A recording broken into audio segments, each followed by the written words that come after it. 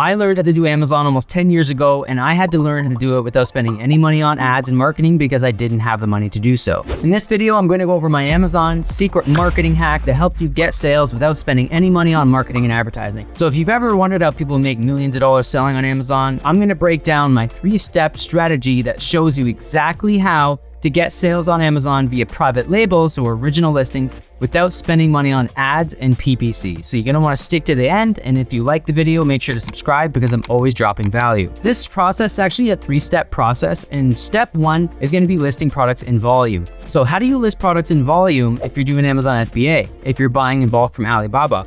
Well, we're not gonna be doing Amazon FBA first, and we're also not gonna be buying from Alibaba. Part 1 is listing products in volume. So now that you have an idea of how to do that, we're gonna be listing more than one item at a time.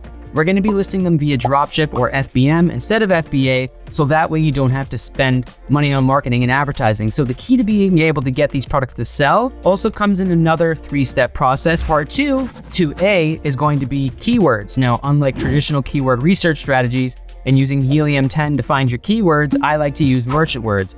Merchant Words is an older software. It's been around longer than Helium 10. So to me, the keyword data is a lot more reliable. Helium 10 is great. I just prefer Merchant Words. It is also $50 to $100 a month. It's not crazy expensive. I don't like to go after the heavy hitting keywords and the very high ranked keywords with a lot of competition. They have a lot of search volume, but they also normally have a lot of competition. And I don't just want to go for the very low competition keywords like the long tail keywords, because then you might not ever get sales or ever have anyone find your product based on those keywords. So what you want to do is find moderate to relatively high search volume keywords that have a very low amount of competition. Now, those are normally really hard to find, but they are out there even in the USA, European, and Canadian marketplaces on Amazon. In 2023 and beyond, you will always be able to find these keywords. You just got to dig to find them. On top of the 2A keywords and how to actually use and find those right keywords, 2B is going to be perceived value. Every single customer uses perceived value when they make a purchase on Amazon. Because we're not able to physically touch the products, we're not physically able to handle them and test them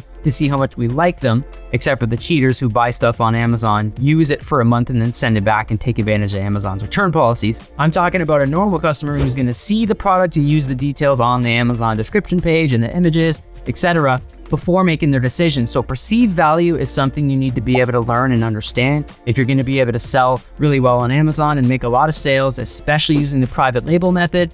Because using private label, you're competing against other people. You're not just competing on price and a handful of other factors. Maybe you don't have a brand yet. Maybe you're not very recognized, so you need to use these other strategies. So perceived value is basically being able to decipher what a product you think is worth, not underpricing it and not overpricing it. And that leads us in part 2C, pricing strategy. Example, dog bed. Are we selling an orthopedic dog bed? Are we selling a dog bed with a bolster? Whatever type of dog bed we're selling, you obviously need to get specific with the keywords, because then you're going to be attracting the right customers. Now, once you've attracted the right customers and people are starting to see your listing, next you need to have good perceived value. And then that ties right in with pricing, right? They go hand in hand. How much do you think an item should sell based on looking at it? And then what is the actual price? How much is it actually selling for? So if you have the average orthopedic dog bed, let's say most of those sell for $50 to $90 on Amazon. So if you sell one for $29.99 and it's supposed to be orthopedic quality and have a bolster, $30 doesn't really make sense. So it's not just about a low price to get sales, because sometimes people are going to question it. Why is the price so low? Does the quality suck? Then it's going to be, if you price it for $150, you're clearly way out of the average price range. Doing that, especially in the beginning, is not a good strategy. And again, just pricing very low, not a good strategy, because you might be out of a perceived value range. People will ask why.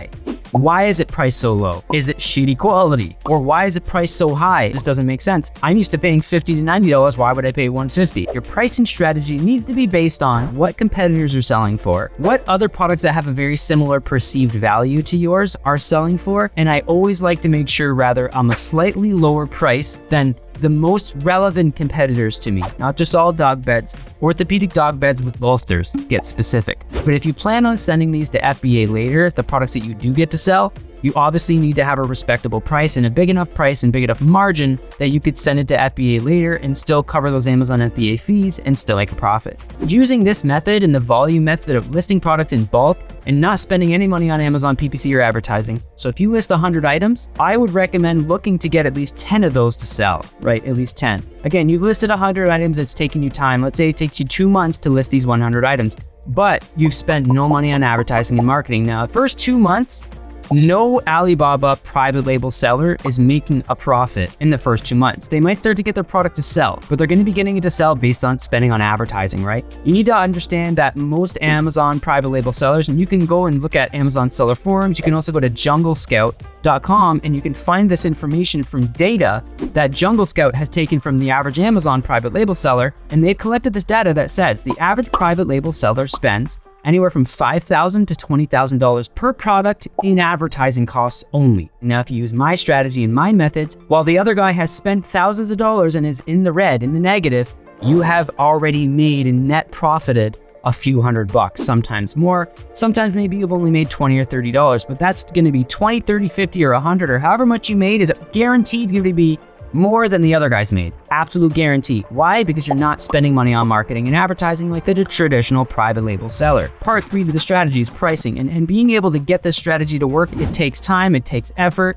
You're not relying on spending in advertising and marketing. And even so, if you were to take these listings, let's say you list these 50 items or 100 items over the next few months, and you do it via volume, and you use suppliers like on-demand fulfillment or some other suppliers that allow you to create original listings or listings that have products that have no brand, and you could essentially brand it yourself. You could even use AliExpress. You can actually do a drop down and choose ships from the United States only, and you're only gonna have items that ship from the US. Now, you're not piggybacking, you're gonna do an original listing / private label type listing. You can list these items in bulk, in volume, spend no money on advertising and marketing. Before we go, I do wanna give you a little bit more information regarding a strategy. I know I gotta keep giving that value because I really, really like to help people. So the number one way you're going to be able to do well is memorizing this strategy that I taught you in this video and getting your hands on a few good suppliers. As long as you stay focused on building the business, there isn't really a reason you can't do well on Amazon. I have a training program that I can literally walk you through the entire process for every single methodology in existence for selling on Amazon because I do it all.